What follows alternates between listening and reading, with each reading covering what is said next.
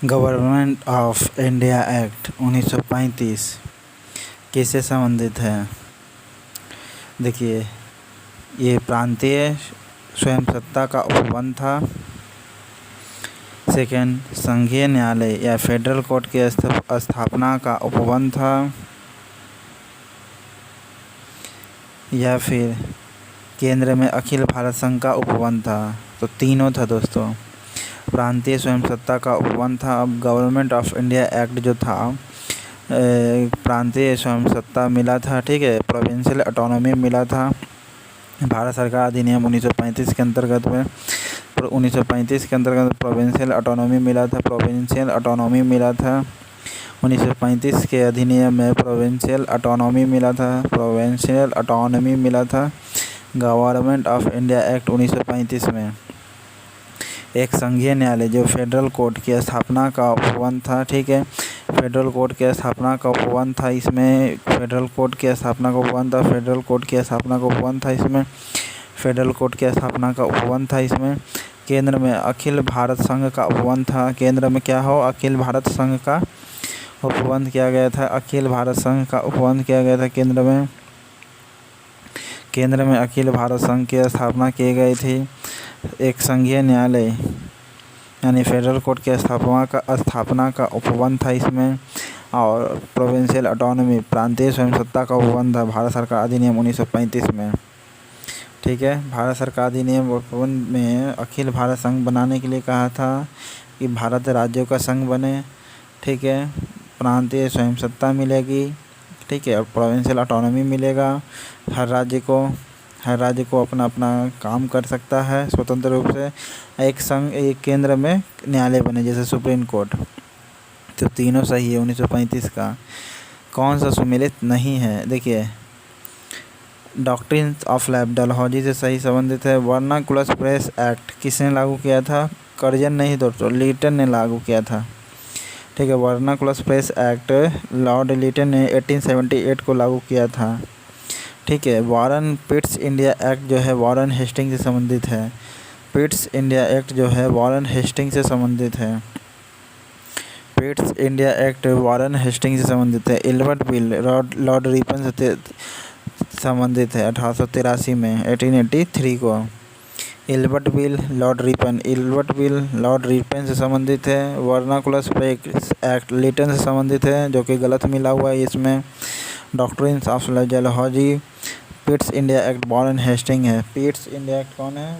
वारन Hastings है। Pitt's India act क्या है? वारन हेस्टिंग है, ओके। 1935 के भारत सरकार अधिनियम की कुछ विशेषता क्या थी? पहला, ये अबॉलिशन ऑफ डायरकी व्यवस्था को समाप्त कर दिया था, ओके। और गवर्नमेंट को विधायी क्रियाओं में निषेधाधिकार यानी वीटो की शक्ति तथा स्वयं द्वारा विधि बनाना दिया गया, ठीक है। ये 69 का बी है। गवर्नर को विधायी क्रिया में वीटो की शक्ति दी गई थी। गवर्नर को क्या दिया गया था? लेजिस्लेशन में वीटो पावर दिया गया था। गवर्नमेंट को लेजिस्लेशन में वीटो पावर दिया गया था। गवर्नमेंट को लेजिस्लेशन में वीटो पावर दिया गया था। गवर्नमेंट को लेजिस्लेशन में वीटो पावर दिया गया था और स्वयं द्वारा लॉ बना सकता था। स्वयं द्वारा क्या बना सकता था? लॉ बना सकता था। भारत सरकार अधिनियम 1935 के अंतर्गत में वीटो दिया गया था गवर्नर को, ठीक है। गवर्नर को क्या दिया गया था? वीटो दिया गया था विधायी लेजिस्लेशन के लिए, ठीक है। लेजिस्लेशन में क्या दिया गया था? वीटो दिया गया था। किसको दिया गया था? गवर्नर को। क्या दिया गया था? वीटो दिया गया था। किसको दिया गया था? गवर्नर को। क्या दिया था? वीटो दिया था। वीटो पावर शक्ति दिया था, ठीक है। स्वयं द्वारा क्या बना सकता था? लॉ बना सकता था, ठीक है। सेल्फ लॉ बना सकता था, खुद ही लॉ बना सकता था। 1935 के भारत सरकार अधिनियम में और गवर्नरली प्रांतों में द्वैध शासन की समाप्ति कर दिया गया, ठीक है। डायरकी व्यवस्था को क्या कर दिया गया? एबॉलिश कर दिया गया। डायरकी व्यवस्था को क्या कर दिया गया था? 1919 वाला को ख़त्म कर दिया गया था, ठीक है, एबॉलिश कर दिया गया था। आंसर 2 होगा। निम्नलिखित कथनों में से कौन सा एक सही है? वर्ष 1946 में प्रांतीय सभाओं द्वारा भारत की संविधान सभा चुनी गई थी। 1946 में प्रांतीय सभा द्वारा भारत की संविधान सभा चुनी गई थी। यहाँ चुनी गई थी भारत की संविधान सभा। प्रथम अधिवेशन 1947 में 26 जनवरी अंगीकृत हुआ था। नहीं दोस्तों, 1946 से प्रांतीय सभा द्वारा भारत की संविधान सभा चुनी गई थी। ठीक है, सही क्या है इसमें से? 1946 में प्रांतीय सभाओं द्वारा भारत की संविधान सभा चुनी गई थी। प्रांतीय सभाओं द्वारा, ठीक है, प्रांतीय सभाओं द्वारा भारत की संविधान सभा चुनी गई थी 1946 में कैबिनेट मिशन के अनुसार।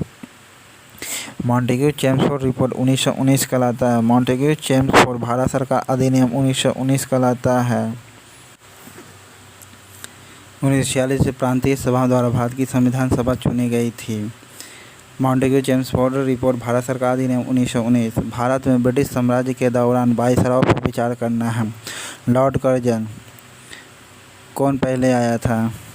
तो पहले देखते हैं, लॉर्ड कर्जन 1905 के आसपास का है। ठीक है, 1805 के आसपास का है। ठीक है, 1905 के आसपास का। लॉर्ड चेम्सफोर्ड 1919 के आसपास का है। लॉर्ड हार्डिंग और लॉर्ड इरविन जो है 1931 के आसपास का है। तो आंसर पहला क्या होगा दोस्तों? लॉर्ड कर्जन होगा 1905। फिर उसके बाद लॉर्ड हार्डिंग आया था। लॉर्ड कर्जन के बाद लॉर्ड हार्डिंग आया था और फिर चेम्सफोर्ड आया था, फिर इरविन आया था। ठीक है, लॉर्ड हार्डिंग आया था, पहले लॉर्ड कर्जन आया था, फिर उसके बाद लॉर्ड हार्डिंग आया था। लॉर्ड कर्जन के बाद लॉर्ड हार्डिंग आया था। लॉर्ड कर्जन के बाद कौन आया था? लॉर्ड हार्डिंग आया था। लॉर्ड कर्जन के बाद कौन आया था? लॉर्ड हार्डिंग आया था। लॉर्ड कर्जन के बाद कौन आया था? लॉर्ड हार्डिंग आया था। ठीक है, फिर चेम्सफोर्ड आया था। उसके बाद लॉर्ड कर्जन के बाद लॉर्ड हार्डिंग आया था। लॉर्ड कर्जन के बाद लॉर्ड हार्डिंग आया था।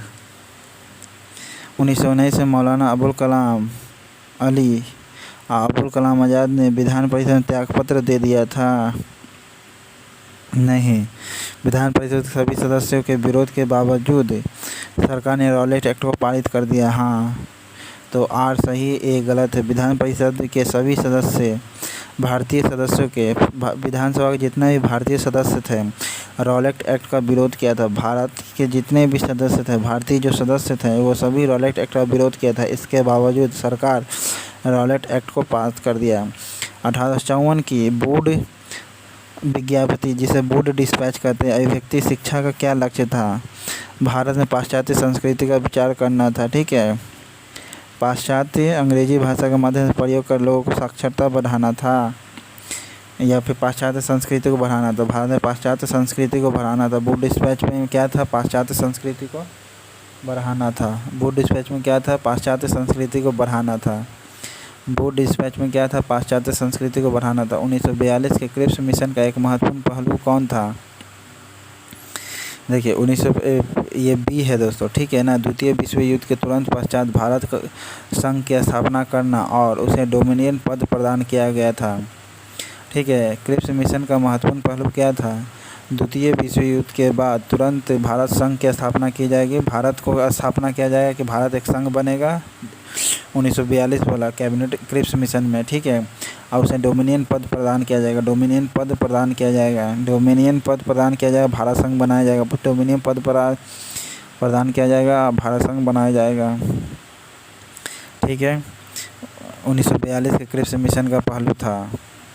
1935 के भारत अधिनियम, जिसे इंडिया एक्ट द्वारा प्रस्तावित फेडरल यूनिट में राजसी प्रांतों को शामिल करने के पीछे अंग्रेजों का असली मंशा क्या था? देखिए, सिंपल सा बात है कि जो राजसी प्रांतों में अधिक राजनीतिक प्रशासनिक नियंत्रण नहीं, उपनिवेश सक्रिय नहीं, अंग्रेजों द्वारा समस्त राजसी प्रांतों संपूर्ण राजनीतिक और प्रशासनिक अधिग्रहण का अंततः प्रभावी नहीं, राष्ट्रपति नेताओं के साम्राज्यवादी विरोधी सिद्धांतों को व्यर्थ करने के लिए राजाओं का इस्तेमाल करना। हाँ, ठीक है, डी सही है दोस्तों। 1935 के अधिनियम जो है प्रस्तावित फेडरल यूनिट में, कहाँ? फेडरल यूनिट में राजसी प्रांतों को शामिल करने के पीछे क्या कारण था? राजसी प्रांतों को क्यों शामिल किया गया था? क्योंकि राष्ट्रपति जो नेताएं थे उसके साम्राज्यवादी विरोधी जो वो क्या कर रहे थे? साम्राज्यवाद का विरोध कर रहे थे। उस सिद्धांत को व्यर्थ करना था। उस सिद्धांत को व्यर्थ करना था और के लिए राजाओं का इस्तेमाल किया था। ठीक है, इस्तेमाल करना चाह रहा था अंग्रेजी, इसलिए राजसी प्रांतों को शामिल किया था, राजसी प्रांतों को शामिल किया था। 1935 के भारत सरकार अधिनियम द्वारा प्रस्तावित फेडरल यूनिट में राजसी प्रांतों को शामिल करने के पीछे अंग्रेजों की क्या असली मंशा थी? असली मंशा यही थी कि जो राष्ट्रवादी नेता था, जो साम्राज्यवाद का विरोध करता था, उस सिद्धांत को व्यर्थ करना था। साम्राज्यवाद जो का विरोध करता था उसको व्यर्थ कर। राजसी प्रांतों को शामिल करने के पीछे क्या उद्देश्य था? क्योंकि राष्ट्रवादी नेता जो साम्राज्यवाद का विरोध करता था उसकी मेहनत को व्यर्थ करना था।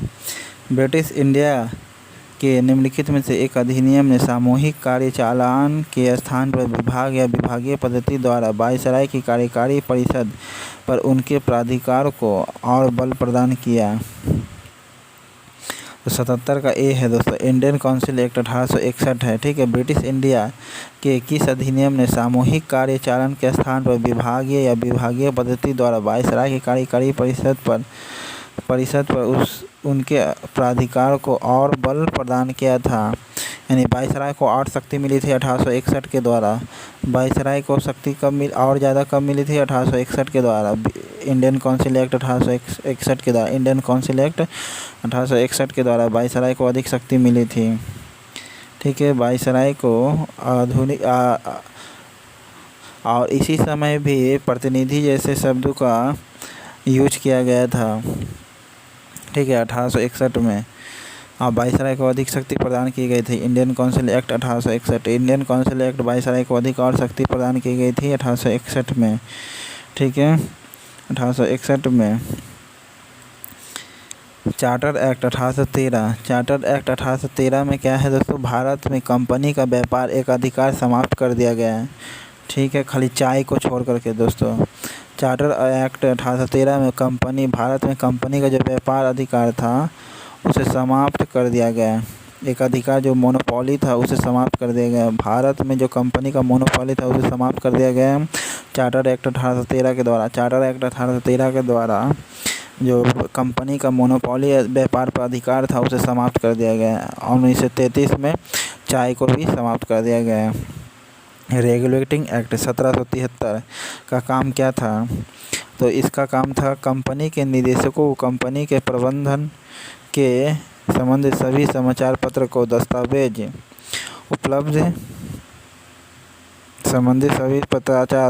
ब्रिटिश सरकार को प्रस्तुत करने को कहा गया था।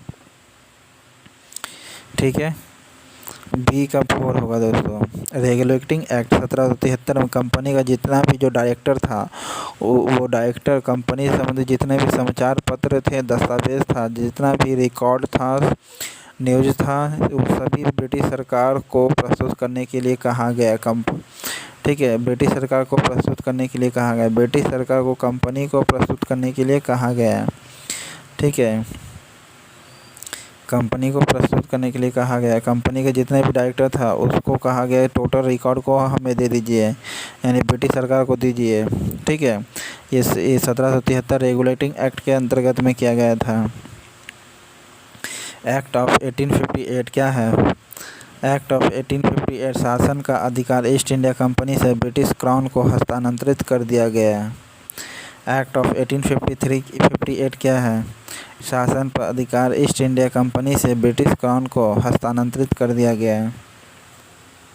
ब्रिटिश क्राउन को क्या कर दिया गया? 1858 को जो ईस्ट इंडिया को समाप्त करके क्या कर दिया गया? ब्रिटिश क्राउन को दे दिया गया शासन का अधिकार। ठीक है, शासन का अधिकार क्या दे दिया गया? ब्रिटिश शासन को दे दिया गया एक्ट ऑफ 1858 के अंतर्गत में। ठीक है, शासन का अधिकार जो था ब्रिटिश क्राउन के हाथ में दे दिया गया है ईस्ट इंडिया कंपनी के स्थान पर। पिट्स इंडिया एक्ट 1784 को आया था। 1784 को पिट्स इंडिया एक्ट आया था। पिट्स इंडिया एक्ट कब आया था? 1784 को।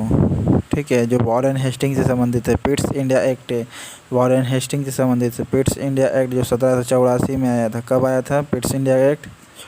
1784। पिट्स इंडिया एक्ट कब आया था? 1784। पिट्स इंडिया एक्ट कब आया था? 1784, वॉरेन हेस्टिंग के समय। ठीक है, इसका उद्देश्य क्या था? भारत में ईस्ट इंडिया कंपनी के कार्यों को पूरी तरह विनियमित करने के लिए ब्रिटेन में बोर्ड ऑफ कंट्रोल स्थापित किया गया था। ठीक है, पिट्स इंडिया एक्ट के अंतर्गत भारत में ईस्ट इंडिया कंपनी के कार्यों को पूरी तरह क्या करना था, विनियमित करना था। ठीक है, विनियमित करने के लिए ब्रिटेन में बोर्ड ऑफ कंट्रोल स्थापित किया गया। ब्रिटेन में क्या किया गया, बोर्ड ऑफ कंट्रोल स्थापित किया गया पिट्स इंडिया एक्ट 1884 के द्वारा। ब्रिटेन में क्या किया गया, बोर्ड ऑफ कंट्रोल स्थापित किया गया था पिट्स इंडिया एक्ट के द्वारा। ब्रिटेन में क्या किया गया था, बोर्ड ऑफ कंट्रोल स्थापित किया गया था 1884 में। 1884 में क्या किया गया था, ब्रिटेन में बोर्ड ऑफ कंट्रोल स्थापित किया गया था। ब्रिटेन में बोर्ड ऑफ कंट्रोल स्थापित किया गया था 1784 पिट्स इंडिया एक्ट के द्वारा। ठीक है, जो वॉरेन हेस्टिंग्स से संबंधित है। भारत में ईस्ट इंडिया कंपनी के जो कार्य होता था उसको पूरी तरह से विनियमित करना यानी बढ़ाना है। तो ब्रिटेन में क्या किया था, बोर्ड ऑफ कंट्रोल स्थापित किया गया था। भारत में जो ईस्ट इंडिया कंपनी का जो कार्य हो रहा था उसको बढ़ाना था, इसका काम क्या था, पिट्स इंडिया एक्ट कहा था। अब बोर्ड ऑफ कंट्रोल वहाँ लंदन में बैठाया गया, इंग्लैंड में। भारत के विभाजन को टालने का अंतिम अवसर समाप्त हो गया था कब, तो 79 का सी के जरिए दोस्तों। ठीक है, कैबिनेट मिशन को क्या किया था, अस्वीकार करने के साथ ही। ठीक है, भारत के विभाजन को टालने का अंतिम अवसर जो था वो समाप्त हो गया, क्योंकि कैबिनेट मिशन तक जो था भारत डिवाइड करने का कोई ऐसा विचार नहीं था। लेकिन जैसे ही कैबिनेट मिशन को अस्वीकार करता है और से ही क्या होता है, भारत का विभाजन का जो अंतिम अवसर है वो समाप्त हो जाता है। ठीक है, मैकडोनाल्ड किससे संबंधित है, मैकडोनाल्ड जो है कम्युनल अवार्ड से संबंधित है। ठीक है, जेम्स फोर्ड जो है किससे संबंधित है, डायआर्की व्यवस्था से संबंधित है। डलहौजी किससे संबंधित है, डॉक्ट्रिन ऑफ लैब से संबंधित है। लिनलिथगो किससे संबंधित है, अगस्त प्रस्ताव से संबंधित है। लिनलिथगो क्या चीज़ संबंधित है, अगस्त प्रस्ताव से। लिनलिथगो अगस्त प्रस्ताव से संबंधित है। लिनलिथगो जो व्यक्ति है इसका विषय क्या है, अगस्त प्रस्ताव। लिनलिथगो जो विषय है उसका प्रस्ताव कौन है, अगस्त प्रस्ताव। लिनलिथगो जो व्यक्ति था उसका विषय क्या था, अगस्त प्रस्ताव। लिनलिथगो जो व्यक्ति था उसका प्रस्ताव क्या था, अगस्त प्रस्ताव। James Ford dyarchy doctrine of lapse. MacDonald communal award. Linlithgow अगस्त प्रस्ताव। लिनलिथगो अगस्त प्रस्ताव था। ठीक है, लिनलिथगो क्या था, अगस्त प्रस्ताव था। भारतीय राष्ट्रीय कांग्रेस के बारे में निम्नलिखित कथनों पर विचार करना है, तो बी होगा दोस्तों। ठीक है, 2 और 4। CR दास जब कांग्रेस के अध्यक्ष के रूप में कार्य किए थे तो उस समय जेल में थे। हाँ सही बात है, जेल में थे। चितरंजन दास, ठीक है, जिसे देश बंधु के नाम से भी जाना जाता है, वो उस समय क्या थे, जब कांग्रेस के अध्यक्ष थे तो उस समय जेल में थे, तो ये सही है। और अल्फ्रेड वेब 1894 कांग्रेस के अध्यक्ष बने थे। अल्फ्रेड वेब कब कांग्रेस के अध्यक्ष बने थे, 1894 में। अल्फ्रेड वेब कब बने थे अध्यक्ष कांग्रेस के, 1894, 1894 में। 1894 में किया गया था। 1894 में कांग्रेस के अध्यक्ष बने थे। 1894 में कांग्रेस के अध्यक्ष बने थे। 1894 में कांग्रेस के अध्यक्ष बने थे। 1894 में कांग्रेस के अध्यक्ष बने थे। 1894 में कांग्रेस के अध्यक्ष बने थे अल्फ्रेड वेब। अल्फ्रेड वेब 1894 को कांग्रेस के अध्यक्ष बने थे। ठीक है, CR दास उस कांग्रेस के अध्यक्ष के रूप में कार्य किए हुए जेल में थे उस समय।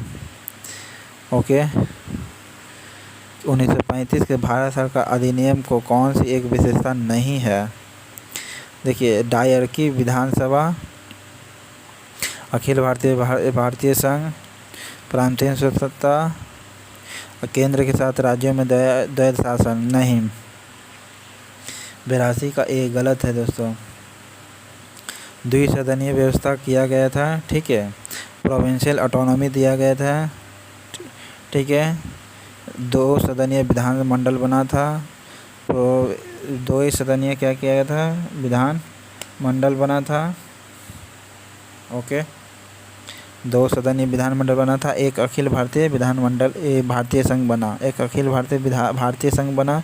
द्विसदनीय विधानमंडल होगा, ये भारत सरकार दी है 1935 के अंतर्गत में कि 2 सदन होगा हर राज्य में और ऑटोनॉमी या फिर केंद्र में। ठीक है, अब प्रांतीय स्वतंत्रता होगा। भारत में ब्रिटेन के सभी संवैधानिक प्रयोगों में सबसे कम समय तक चला था कौन? 1919 भले 1909 का इंडियन काउंसिल एक्ट दोस्तों, ठीक है। 1909 वाला जो था इंडियन काउंसिल एक्ट बहुत कम समय तक चला था, ठीक है। नेक्स्ट है, इसका प्रस्ताव मई में आया था। इसमें अभी भी भारत को विभाजन मुक्त रखने का आकांक्षा थी, जिसका ब्रिटिश प्रांतों से मिलकर बने एक संघीय राज्य कहलाया। तो कौन था? कैबिनेट मिशन था दोस्तों। इसका अभी भी मई में आया था कैबिनेट मिशन, ठीक है। मई में आया था कैबिनेट मिशन। कब आया था? मई में। कब आया था कैबिनेट मिशन? कैबिनेट मिशन कब आया था? मई में। जो अभी भी भारत को विभाजन मुक्त रखने की आकांक्षा थी, जिसका ब्रिटिश प्रांतों से मिलकर बने एक संघीय राज्य का स्वरूप होना था। यह उपयुक्त संबंध किसका? कैबिनेट मिशन का। उस समय जब भारत नेपोलियन की शक्ति के सामने यूरोप में साम्राज्य धाराशायी हो रहे थे, तो किस गवर्नर जनरल ने भारत में ब्रिटिश पताका फहराए रखी थी? तो लॉर्ड कौन था दोस्तों?